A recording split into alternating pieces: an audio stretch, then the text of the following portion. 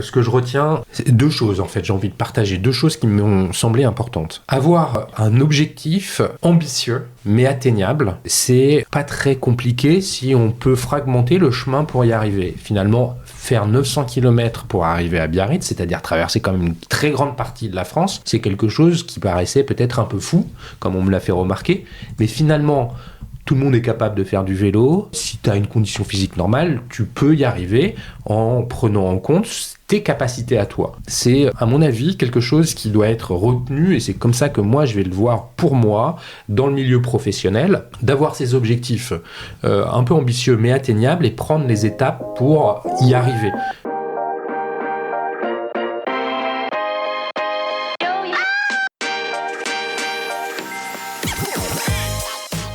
Bonjour et bienvenue parmi les Digital Doers, votre podcast source d'inspiration pour les acteurs de l'innovation. Ce programme est coproduit avec Comexposium pour l'événement incontournable qu'est le One-to-One Retail e-commerce de Monaco. Je suis Cyril Duplessis, acteur du changement dans le digital depuis plus de 20 ans. Je donne ici la parole aux personnalités de notre écosystème en France, qu'ils soient prestataires, annonceurs, marques, retailers ou pure players. Ils sont des acteurs engagés dans leur business et l'innovation fait partie de leur quotidien. Source intarissable d'inspiration, je vous propose une conversation dynamique et sincère pour vous donner accès à leur retour d'expérience, leur vision et leur analyse sur les tendances et les perspectives marché.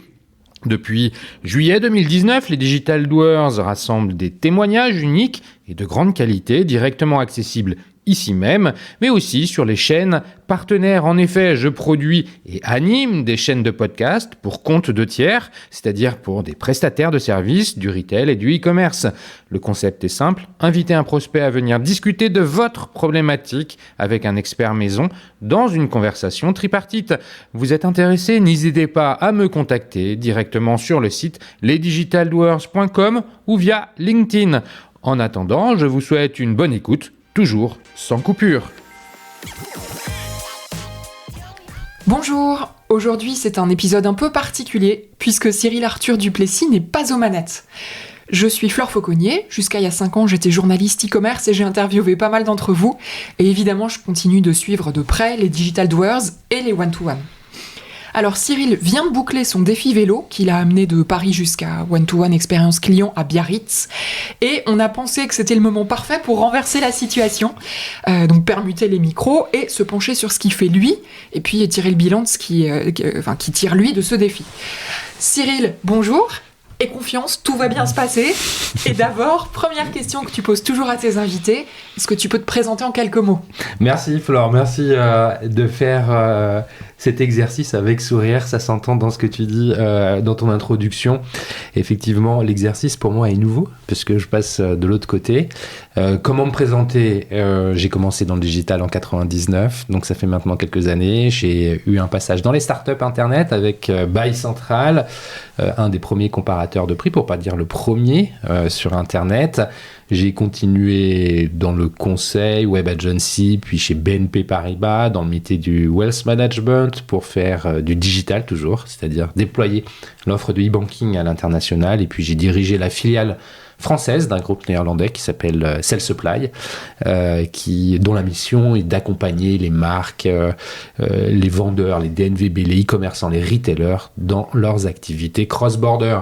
Et depuis 4 ans et demi, j'anime les Digital Doers, où vous avez l'opportunité de m'entendre pour donner la parole aux décideurs de l'écosystème retail et e-commerce en France. Voilà en quelques mots ce que je fais, et je détaillerai peut-être tout à l'heure un peu plus. Oui, alors on est nombreux à avoir suivi ton défi vélo. Ça t'est venu comment cette idée ? Alors cette idée, elle est arrivée il y a un peu plus d'1 an. En fait, il y a un peu plus d'1 an, je l'ai formalisé auprès du One-to-One pour Monaco et Biarritz. Donc, on va citer les personnes. C'est Sonia Mamin et Louise Aubert avec qui je suis en contact chez Comexposium pour leur parler de cette idée. Cette idée, elle m'est venue parce que j'avais envie de mélanger un événement sportif, faire du sport, et le milieu professionnel. Et c'est pas évident à faire a priori. Les one-to-one sont partenaires du podcast, les Digital Doers. J'ai essayé de voir comment je pouvais mélanger les deux. Et il se trouve que m'est venue un matin l'idée de dire j'ai qu'à y aller à vélo. C'est un vrai engagement physique quand même que d'y aller à vélo. Ça fait des kilomètres, mais ça reste jouable. C'est comme ça qu'en fait est née cette idée. Je l'ai soumise au one-to-one et on a décidé que Biarritz serait une bonne destination par rapport à Monaco. Et effectivement, c'est comme ça que ça s'est lancé. Accessoirement, Monaco, c'est en mars, ça m'aurait fait partir en février, en plein mois d'hiver, avec un relief compliqué à franchir. Finalement, c'était très bien de partir pendant l'été indien. Ensuite, il y a... Bon, puis t'y as été à bicyclette, t'y as pas été par un moyen de locomotion polluant, c'est sans doute pas innocent non plus. Et ça, c'était la deuxième raison. C'était aussi de dire, on peut se déplacer autrement que par un moyen de locomotion, comme tu le dis, polluant. Le train est quand même une alternative. L'idée, c'était d'être cohérent aussi avec le thème de l'événement de Biarritz, qui est l'éthique, c'est chic. Donc, je trouvais que engager physiquement sa personne sur un vélo pour me rendre à Biarritz durant plus de 2 semaines, c'était cohérent par rapport à la mission de l'événement. Oui, c'est cohérent, et puis c'est quand même... physiquement, c'est pas complètement évident. Tu t'es préparé avant ? Alors, oui, je me suis préparé. En fait, pendant 1 an, j'ai fait du sport, 4 à 5 heures par semaine, mais pas de vélo. Le vélo, pour moi, c'est me déplacer à Paris, donc c'est-à-dire des distances relativement courtes, sur des temps courts aussi.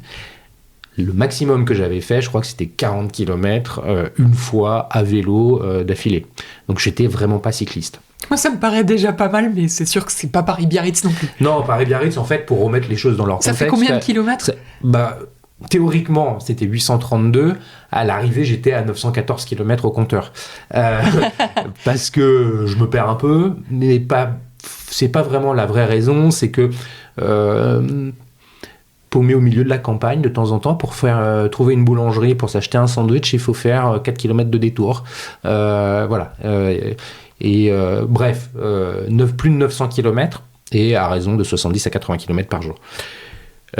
Pour me préparer, il y avait donc j'étais en bonne condition physique et puis je fais pas du sport que depuis 1 an, ça fait depuis toujours que je fais du sport. En revanche, j'avais jamais fait de vélo et j'avais jamais fait d'endurance aussi longue. Faire une course, un marathon ou un semi-marathon. À la fin de la journée, tu as fini ton histoire. Tu peux avoir mal, mais c'est fini. Là, il y a un effort physique qui se prolonge dans la durée. Pour info, je suis parti le 16 septembre pour arriver le 3 octobre. Et entre les deux, il y a eu 5 jours off qui ont été dispersés le long du trajet. Donc globalement, j'étais quand même sur un rythme assez soutenu. Oui, en effet. La préparation... j'ai aussi le gabarit que j'ai, c'est-à-dire que je suis plutôt en mode jockey qu'autre chose, c'est-à-dire que je suis pas bien épais, et ça aide aussi sur des sports d'endurance. Et j'ai pas eu de courbature en fait. J'ai pas eu mal aux jambes. Oui, j'ai eu mal aux fesses. Tout le monde m'a posé la question. Effectivement, le corps humain est pas fait pour être assis sur un vélo trop longtemps. J'ai été équipé d'un cycliste. Malgré le super vélo mis à disposition par Alltrix. Exactement. Malgré ce super vélo, j'avais quand même une selle relativement large et puis j'avais un short cycliste renforcé au niveau des fesses.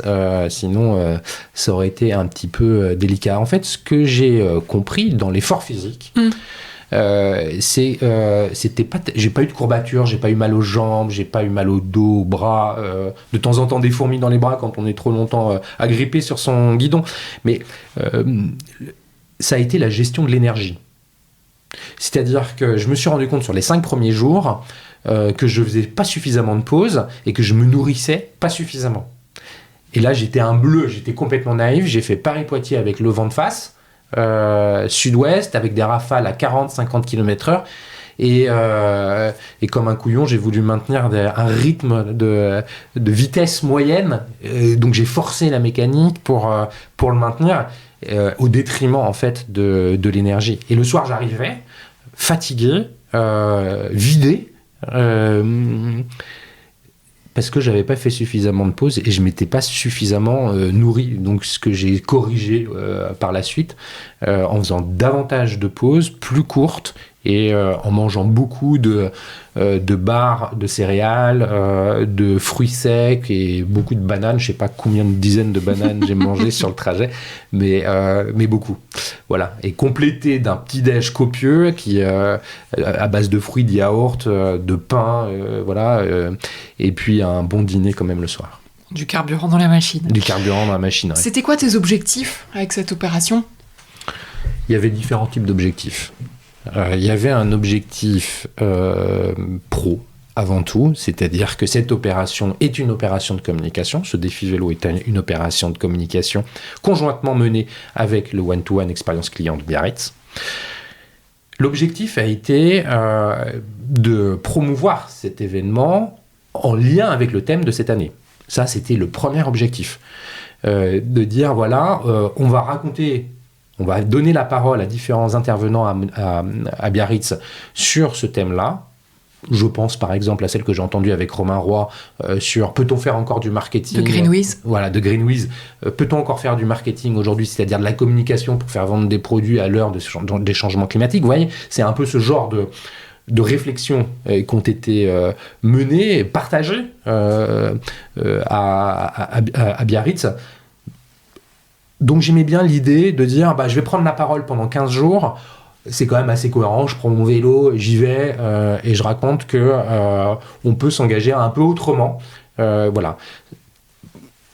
Ça c'était l'objectif numéro 1 avec la chose qui m'amusait, c'est que c'était original. En fait, c'était jamais fait. Pour la petite anecdote, Sonia et Héloïse, elles me prenaient pour un fou en se disant avant de partir, mais il sait pas ce qu'il fait. Il va jamais y arriver. Héloïse qui me disait mais enregistre tous les moments où tu te demandes ce que tu fous là, mais pourquoi tu t'es lancé, ce sera drôle pour making of. C'est ce que je disais à l'arrivée, mais en fait il n'y en a pas eu. J'ai toujours été content de faire ce défi. Donc voilà, donc l'objectif c'était de faire quelque chose d'atypique pour un événement très formel, avec une communication qui réveillait un peu les consciences sur un sujet qui était qui se voulait aussi de réveiller les gens sur les questions d'éthique par rapport au marketing. Donc il y avait une vraie cohérence par rapport à tout ça. Ça, c'était vraiment le premier objectif. Le deuxième objectif, toujours professionnel, il était de raconter aussi ma proposition de valeur, ce que moi je fais, et on en reparlera peut-être tout à l'heure, autour de mes activités médias avec le podcast, les activités producteurs de podcast pour compte de tiers et les activités de conseil. Donc ça, c'était le deuxième objectif professionnel. Et puis enfin, il y avait évidemment un objectif personnel. Partir pendant 2 semaines et demie, c'est pas neutre. J'ai 3 enfants, c'est se retrouver seul sur un vélo pendant 5 à 6 heures par jour à pédaler. Les journées étaient complètes, elles faisaient 8 bonnes heures, mais avec les pauses, voilà. Donc à peu près 5 à 6 heures selon le nombre de kilomètres que je faisais et la difficulté du parcours sur une selle. Quand on est seul sur une piste cyclable ou sur des petites routes de campagne, parce que je croisais quand même pas grand monde, il y a un travail d'introspection qui s'impose à soi. T'as pas passé tes journées à écouter des podcasts ou de la musique, non, tu étais avec tes pensées. J'étais avec mes pensées, et alors pour 2 raisons. La première, d'un point de vue sécurité, avoir quelque chose dans les oreilles, quand on est sur les routes de campagne, même s'il n'y a pas beaucoup de circulation, c'est quand même pas évident pour écouter les dangers arriver. La seconde raison, c'est que j'ai bien aimé être avec mes pensées. C'est assez structurant d'avoir du temps pour soi et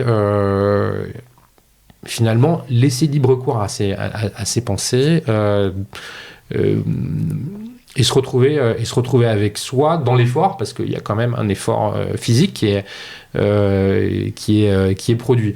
J'ai été seul pendant tous ces moments sur le vélo, mais vachement accompagné. Vachement accompagné parce qu'il y a eu cette communication qui a été faite sur tous les réseaux sociaux, dont WhatsApp, Et puis t'as reçu plein de messages de tout le monde. Et le soir, ça devait être du boulot de répondre. Mais même à chaque pause, en fait, à chaque pause. À chaque fois que j'avais une pause, je consultais mon téléphone et je voyais les messages qui m'étaient envoyés. En fait, donc seul mais très soutenu. Seul physiquement, mais pas seul dans l'engagement de ce défi. Et ça, c'est quelque chose qui m'a été... c'est quelque chose de très cher. Enfin, c'est vraiment quelque chose de super que j'ai appris. Voilà. Parle-nous de cet événement, donc le One-to-One expérience client, qui était ton objectif géographique. Beaucoup le connaissent déjà. Cet événement se tient à Biarritz pendant 3 jours et réunit à huis clos les professionnels du monde digital en général et plus particulièrement les professionnels du marketing, de la data, de l'expérience client pour des rendez-vous one-to-one, c'est-à-dire des rendez-vous entre les prestataires de services et les acheteurs potentiels sur des besoins. C'est aussi beaucoup de contenu, des conférences, des keynotes, des tables rondes pour animer des conversations comme celle que je citais tout à l'heure avec l'intervention de Romain Roy de Greenwiz. Et puis c'est une organisation millimétrée avec des soirées exceptionnelles comme celle dans les Halles,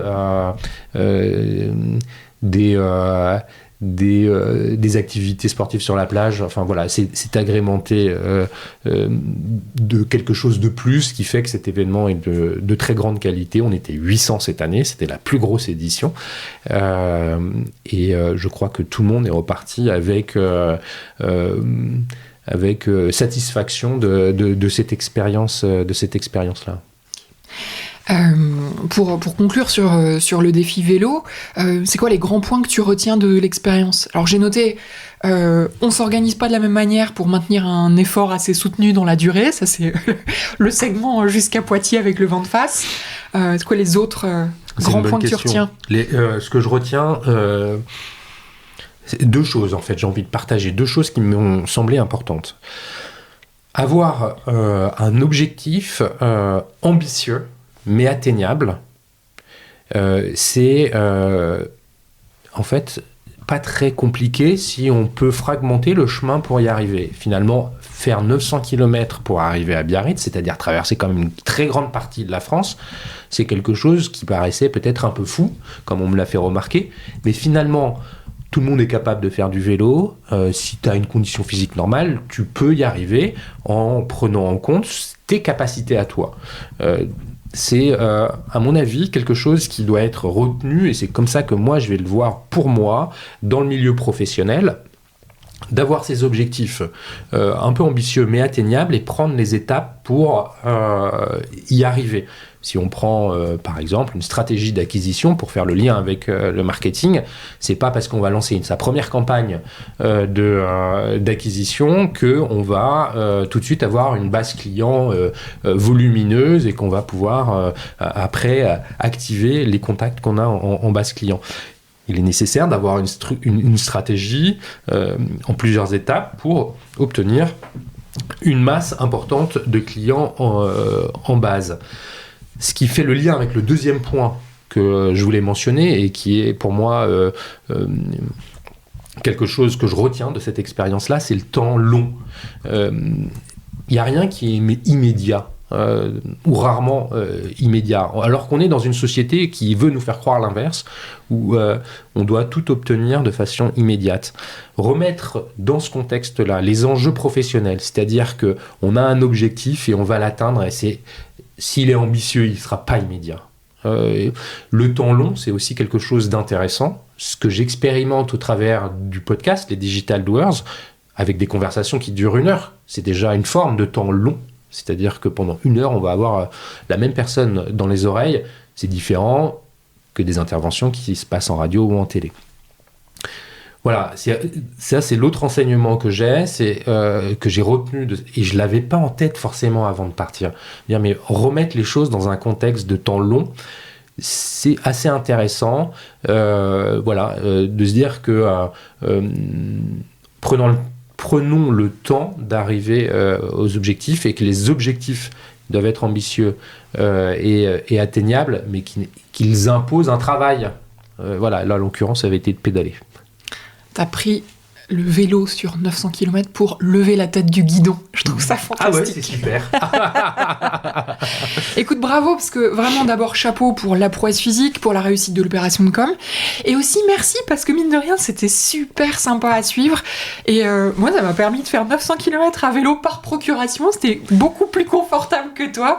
Et en plus, j'ai le bénéfice des enseignements que tu en as tirés. Donc bravo et merci. C'est vrai, je fais juste une petite parenthèse pour rejoindre, parce que c'est ce qui m'a été communiqué tous les jours. Merci de me faire voyager. Et en fait, je n'avais pas du tout réalisé à quel point le partage de ces petites photos tous les jours, de ces petites vidéos, allait emmener les gens dans on a vécu voyage. Un peu avec toi. Voilà. Écoute, pour conclure, sur ce défi vélo, t'as d'autres idées en tête de ce genre pour l'année prochaine, non, alors, pour le vélo, les prochains c'est coups fini. Je crois que c'est pas mon... voilà, je suis hyper content de l'avoir fait, mais c'est pas ma passion comme sport. Je suis plutôt intéressé par la voile depuis toujours, en fait, depuis que je suis enfant. L'idée qui me traverse la tête, et c'est vraiment au stade d'idée, mais ce serait de faire quelque chose autour de la voile et d'emmener les professionnels de l'écosystème, de notre écosystème retail et e-commerce dans quelque chose qui pourrait s'appeler, je sais pas, la Retail Cup ou quelque chose comme ça. Aller faire 2 jours en mer sur des voiliers. Pour des voileux comme toi ou aussi pour des gens comme moi qui n'y connaissent rien? Pour tout le monde. Ah, génial. Pour moi, ça doit rester universel, avec les accompagnements qu'il faut, avec les skippers qu'il faut. Mais effectivement, pour tout le monde, c'est aussi ce que j'ai découvert, c'est que ça se marie très bien, les valeurs du sport et le monde professionnel. Bon, très bien. Merci beaucoup de ce bilan défi vélo. C'est quoi tes activités professionnelles quand t'es pas sur le vélo Léon de Alltrix? Léon, le nom du vélo. Et ben, c'est ce que j'ai aussi essayé de faire durant ce défi, c'est-à-dire à intervalles réguliers, ajouter au compte-rendu de la journée la présentation de mes activités professionnelles. Il y a eu 3 vidéos qui ont été publiées, peut-être que vous pourrez les retrouver sur LinkedIn ou sur les autres réseaux sociaux. J'ai 3 activités principales. La première, c'est celle qui est peut-être la plus connue, l'activité média avec les Digital Doers, le podcast qui donne la parole aux décideurs de l'écosystème retail et e-commerce. L'activité producteur de chaînes de podcast B2B pour ces mêmes prestataires, c'est-à-dire pour compte de tiers. Et enfin, une 3e activité qui est l'activité de conseil où j'accompagne les entreprises de cet écosystème, principalement donc les prestataires de services, dans des conseils en stratégie marketing B2B. Ok. Alors d'abord sur la partie média avec les Digital Doers, je pense que les gens connaissent, et puis s'ils veulent plus d'informations, a priori ils sont à un clic d'écouter les autres épisodes. Sur la partie producteur de chaînes de podcast B2B, donc pour les prestats de ce même écosystème, comment est-ce que ça fonctionne? Tu te mets d'accord avec eux sur une thématique, un principe de podcast? Ça marche comment? Donc bonne question. J'ai structuré cette approche autour de quelque chose que j'appelle le podcast studio, dont l'URL est lepodcast.studio pour aller retrouver l'ensemble des informations. L'idée est la suivante. Créons une chaîne de podcast comme étant un outil de génération de leads. Avec donc une approche qui est très héroïste. L'idée, c'est que le prestataire a sa propre chaîne de podcast qui va être animée par moi, avec 2 autres personnes présentes derrière les micros, un expert maison qui va porter l'expertise, le savoir, alors c'est quelqu'un qui est capable de prendre un peu de hauteur, et un invité, et l'invité, ça va être un client potentiel. Si on prend l'exemple d'une entreprise qui fait un prestataire de paiement à tout hasard, qui monte sa chaîne de podcast autour du paiement online, il va me dire, voilà, je voudrais travailler avec l'entreprise n'importe quelle entreprise. Il va me dire, voilà, je vais avoir la liste des entreprises avec qui il a envie de travailler. Moi, je vais appeler cette entreprise pour dire voilà, vous portez une expertise, vous avez une expertise, une expérience même plutôt qu'une expertise sur le paiement en ligne. Est-ce que vous voudriez bien venir la partager avec un prestataire sur sa chaîne de podcast, venir la partager avec un expert qui est moi-même pour l'animation? Ça prendra 20 minutes. Voilà, l'épisode dure à peu près 20 minutes. Pour le prestataire de service, c'est déjà la mise en relation qui est faite dans un contexte de qualité, c'est-à-dire qu'on n'est pas en train de vendre la solution, le prestat ne vend pas la solution, mais on est là en train de préparer une prise de parole commune. Donc c'est initier cette prise de contact qui va devenir commerciale par la suite de façon beaucoup plus smart. C'est par ailleurs aussi la réalisation d'un contenu marketing que le prestataire de paiement va pouvoir utiliser auprès du marché pour aller raconter, par exemple sur LinkedIn, sur son site internet, dans les newsletters, l'existence de cette conversation avec ce lead potentiel. Et c'est donc aller finalement lier la marque du lead et du prestataire autour d'un contenu commun qu'on va aller présenter au marché. Voilà un petit peu comment ça fonctionne. L'idée, c'est que en fait, j'accompagne le prestataire de service dans l'ensemble de la chaîne de valeur, de la production de cette chaîne de podcast, c'est-à-dire de la rédaction de la ligne éditoriale, à la jaquette du podcast, à l'hébergement, parce que c'est hébergé un podcast, à la diffusion sur les plateformes d'écoute, à l'enregistrement, au montage et, donc, je l'ai dit, la diffusion et la création d'un contenu marketing qui va être utilisé par le prestat pour communiquer. Ok, c'est ça. Donc tu les prends par la main, de A à Z. Ça leur permet de faire connaître leur expertise, s'ouvrir des portes auprès des prospects qui sont invités, et ils récupèrent le contenu marketing qu'ils peuvent réutiliser. Ils sont prêts. Et voilà, exactement. Et tout ça, ça transforme. Et tout ça, ça transforme derrière. Alors effectivement, la transformation est à leur charge. C'est pas moi qui vais transformer pour eux. Oui, mais tu peux pas tout faire. Voilà. Et ce qui est intéressant, c'est que cette démarche s'inscrit parfaitement dans une méthode ABM pour Account-Based Marketing pour toutes les entreprises qui ont la volonté d'aborder les grands comptes avec cette méthode. Si vous ne la connaissez pas, tapez ABM ou Account-Based Marketing sur Google et vous allez avoir moult informations.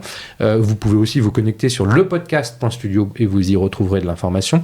Mais voilà, c'est complètement cohérent avec cette stratégie qui consiste à finalement travailler les grands comptes de façon tout à fait singulière en one-to-one. Alors, ça nous amène aussi à ton activité de conseil en stratégie marketing B2B. C'est quoi une mission type que tu fais pour tes clients ou en tout cas une mission qui te plaît particulièrement? Ce que j'aime bien en fait, c'est arriver chez un client et cartographier l'ensemble du chantier qu'il y a à faire. Globalement, ce que j'observe aujourd'hui, c'est que quand il y a un besoin d'accompagnement, il y a 3 grands types de chantiers qui sont à ouvrir. Le premier, c'est redéfinir les cibles marketing en fonction de la proposition de valeur de l'entreprise, c'est-à-dire les fameux tier 1, tier 2, tier 3, c'est-à-dire classifier les comptes par taille en fonction de sa proposition de valeur. C'est-à-dire que en fonction de qui on est, un tier 1, ce sera peut-être le tier 3 de quelqu'un d'autre. Mais voilà, donc bien redéfinir les... Oui, donc tu priorises en fonction de leur potentiel pour toi, enfin pour ton client. Ouais, pour mon client. Une fois qu'il y a... Voilà, c'est un travail important qu'il y a à faire, puisque derrière, on va pouvoir passer l'autre point qui est celui de la définition des personas et ou de la gestion des grands comptes. Les personas, je pense que tout le monde connaît, c'est identifier les clients cibles avec la prise de parole qui va bien pour les toucher. Je l'ai évoqué tout à l'heure en parlant du podcast Studio.